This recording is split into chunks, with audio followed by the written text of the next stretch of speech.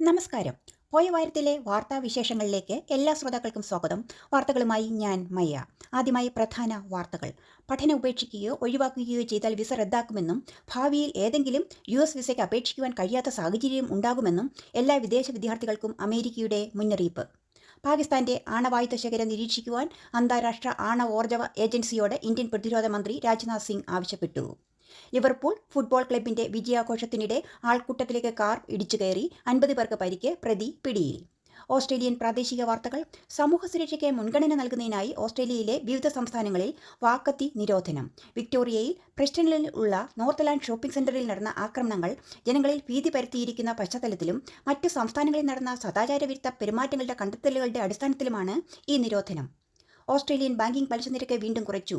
നിലവിലെ പലിശ നിരക്കിൽ നിന്നും 0.25% കുറച്ച് പുതിയ പലിശ നിരക്ക് 3.8% എന്നാണ് RBIയുടെ തീരുമാനം. ഒപ്പം വിക്ടോറിയയിൽ ജീവിത ചിലവ് ലക്ഷ്യമിട്ട് $2.3 ബില്യൺ ബജറ്റ് പ്രഖ്യാപനം കൂടി നടന്നതോടെ കൂടുതൽ ആനുകൂല്യങ്ങൾ ലഭ്യമാകും എന്നുള്ള പ്രതീക്ഷയിലാണ് സാധാരണ ജനങ്ങൾ. ഓസ്ട്രേലിയൻ ഫെഡറൽ തെരഞ്ഞെടുപ്പിൽ ലിബറൽ പാർട്ടിക്കുണ്ടായ പരാജയത്തെ തുടർന്ന് ആദ്യ വനിതാ പ്രതിപക്ഷ നേതാവായി സൂസൻ ലെയ് തെരഞ്ഞെടുക്കപ്പെട്ടു.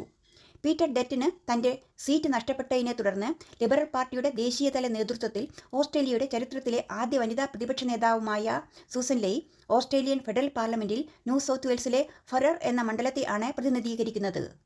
തന്റെ രാഷ്ട്രീയ ജീവിതത്തിൽ സൂസൻ ലെയ് ആരോഗ്യ, പരിസ്ഥിതി, പ്രായമായവരുടെ പരിചരണം തുടങ്ങിയ വകുപ്പുകളിൽ മുൻപ് മന്ത്രിസ്ഥാനം വഹിച്ചിട്ടുണ്ട്.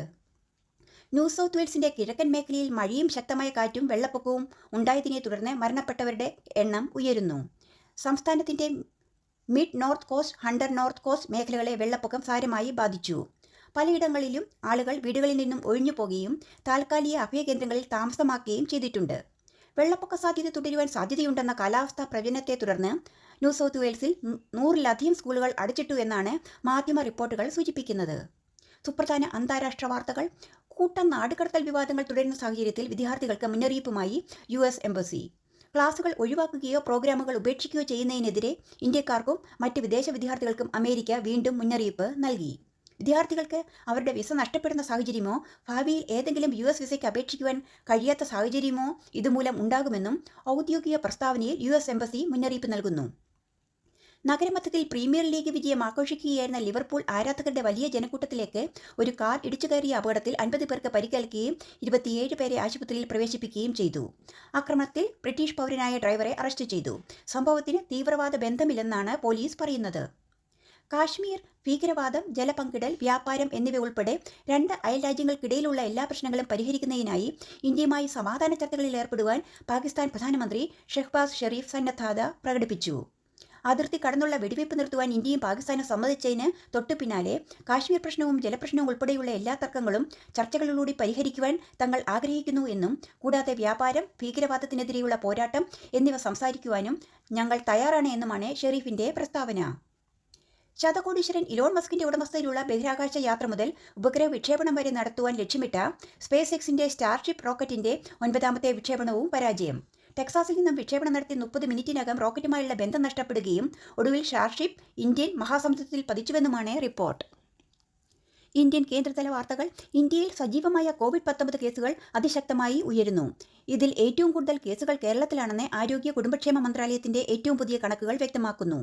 COVID-19 കേസുകളുടെ വർധനവും സജീവ അണുബാധകളും രേഖപ്പെടുത്തിയിരിക്കുന്നതിനാൽ ജനങ്ങൾ ജാഗ്രത പാലിക്കണമെന്നും പ്രതിരോധ നടപടികൾ സ്വീകരിക്കണമെന്നും ഡോക്ടർമാർ നിർദ്ദേശിക്കുന്നു. ആരോഗ്യ കുടുംബക്ഷേമ മന്ത്രാലയത്തിന്റെ കണക്കനുസരിച്ച് കേരളം, മഹാരാഷ്ട്ര, ഡൽഹി, ഗുജറാത്ത് തുടങ്ങിയ സംസ്ഥാനങ്ങളിൽ നിന്നാണ് പ്രധാനമായും ഉയരുന്ന രോഗവ്യാപന റിപ്പോർട്ട് ചെയ്യപ്പെടുന്നത്. ആഗോളതലത്തിൽ ഏറ്റവും വിജയകരമായ ഭീകരവിരുദ്ധ പ്രവർത്തനങ്ങളിലൊന്നായ ഓപ്പറേഷൻ സിന്ദൂർ വഴി പാകിസ്ഥാന്റെ ആണവ വഞ്ചനയെ ഫലപ്രദമായി തുറന്നുകാട്ടിയ ഇന്ത്യ പാകിസ്ഥാനിൽ നിന്നുള്ള ഒരു ആണവ ഭീഷണിയും ഇനിയും അനുവദിക്കില്ലെന്ന് പ്രഖ്യാപിച്ചു. ശ്രീനഗർ സന്ദർശന വേളയിൽ പ്രതിരോധ മന്ത്രി രാജ്നാഥ് സിംഗ് പാകിസ്ഥാനെ ആണവായുധ ശേഖരങ്ങളുടെ കാര്യത്തിൽ വിശ്വസിക്കുവാൻ കഴിയാത്ത ഒരു രാജ്യമാണെന്ന് ഊന്നിപ്പറയുകയും ഒപ്പം പാകിസ്ഥാനെ വീണ്ടും ഭീകരവിരുദ്ധ നിരീക്ഷണ പട്ടികയിൽ ഉൾപ്പെടുത്തണമെന്ന് വിരൽ ചൂണ്ടുകയും ചെയ്തിട്ടുണ്ട്. തെക്കേ ഇന്ത്യൻ നാട്ടുവാർത്തകൾ. ആലപ്പുഴയ്ക്ക് സമീപം ലൈബീരിയൻ കണ്ടെയ്നർ കപ്പൽ മുങ്ങിയതിനെ തുടർന്ന് കേരള തീരത്ത് ഉയർന്നുവരുന്ന പാരിസ്ഥിതിക ഭീഷണിക്കെതിരെ ഇന്ത്യൻ കോസ്റ്റ് ഗാർഡ് പ്രതിരോധം ശക്തമാക്കി. പരിസ്ഥിതിലോലമായ തീരപ്രദേശത്തിനുണ്ടാകുന്ന പാരിസ്ഥിതിക നാശം തടയുന്നതിനായി coast guard 3 of shore petrol വെസലുകളും ICGS Samudraprahari എന്ന പ്രത്യേക മലിനീകരണ നിയന്ത്രണ വെസലും കൊച്ചിയിലെ കോസ്റ്റ് ഗാർഡ് എയർ എൻക്ലേവിൽ നിന്നും പ്രവർത്തിക്കുന്ന ICG ഡോർണിയർ വിമാനങ്ങളും തങ്ങളുടെ ദിവസേനയുള്ള നിരീക്ഷണ പ്രതിരോധ പ്രതികരണ പ്രവർത്തനങ്ങൾ ശക്തമാക്കിയിട്ടുണ്ട്. പൊതുജനങ്ങൾ കണ്ടെയ്നറിൽ നിന്നുള്ള ഇന്ധന മാലിന്യങ്ങൾ സ്പർശിക്കുകയോ ഈ കെട്ടുകളുടെ അടുത്തേക്ക് പോവുകയോ ചെയ്യരുതെന്ന മുന്നറിയിപ്പും നൽകിയിട്ടുണ്ട്. സംസ്ഥാനത്തെ അടുത്ത ദിവസങ്ങളിൽ കൂടി അതിതീവ്ര മഴ തുടരുമെന്ന് കേന്ദ്ര കാലാവസ്ഥാ വകുപ്പ്. അടുത്ത 5 ദിവസം പടിഞ്ഞാറൻ കാറ്റ് കേരളത്തിന് മുകളിൽ ശക്തമായി തുടരുവാൻ സാധ്യതയുള്ളതിനാലും ബംഗാൾ ഉൾക്കടലിൽ ന്യൂനമർദ്ദം രൂപപ്പെട്ടുള്ളതിനാലും കേരളത്തിൽ വ്യാപകമായ അതിതീവ്ര മഴയ്ക്ക് സാധ്യതയുണ്ടെന്ന് കേന്ദ്ര കാലാവസ്ഥാ വകുപ്പ് അറിയിക്കുന്നു. കായിക വാർത്തകൾ. ഇന്ത്യയുടെ 37ാമത് ടെസ്റ്റ് ക്യാപ്റ്റനായി ശുഭ്മാൻ ഗില്ലിനെ മുംബൈയിൽ നടന്ന സീനിയർ സെലക്ഷൻ കമ്മിറ്റി യോഗത്തിൽ BCCI നിയമിച്ചു. മെയ് മാസത്തിൽ ടെസ്റ്റ് ക്രിക്കറ്റിൽ നിന്നും പിന്മാറിയ രോഹിത് ശർമ്മയ്ക്ക് പകരക്കാരനായാണ് ഗിൽ സ്ഥാനമേറ്റത്. ബോർഡർ ഗവാസ്കർ ട്രോഫിയിൽ രോഹിത്തിന്റെ അഭാവത്തിൽ 2 മത്സരങ്ങൾ ഉൾപ്പെടെ 3 ടെസ്റ്റുകളിൽ ഇന്ത്യയെ നയിച്ച ജസ്പ്രീത് ബുംറയ്ക്ക് പകരമാണ് ഗില്ലിനെ തിരഞ്ഞെടുത്തത്. 25 വയസ്സുള്ളപ്പോൾ സമീപ വർഷങ്ങളിൽ ഈ സ്ഥാനം വഹിക്കുന്ന ഏറ്റവും പ്രായം കുറഞ്ഞ കളിക്കാരിൽ ഒരാളായി ശുഭ്മാൻ ഗിൽ മാറി. ഇതോടെ പോയ വാർത്ത ന്യൂസ് പോഡ്കാസ്റ്റ് പൂർണ്ണമാകുന്നു. വാർത്തകൾ എഴുതി വായിച്ചതേ മയ്യ. എല്ലാ ശ്രോതാക്കൾക്കും നല്ലൊരു ദിനം ആശംസിച്ചുകൊണ്ട് വിടവാങ്ങുന്നു.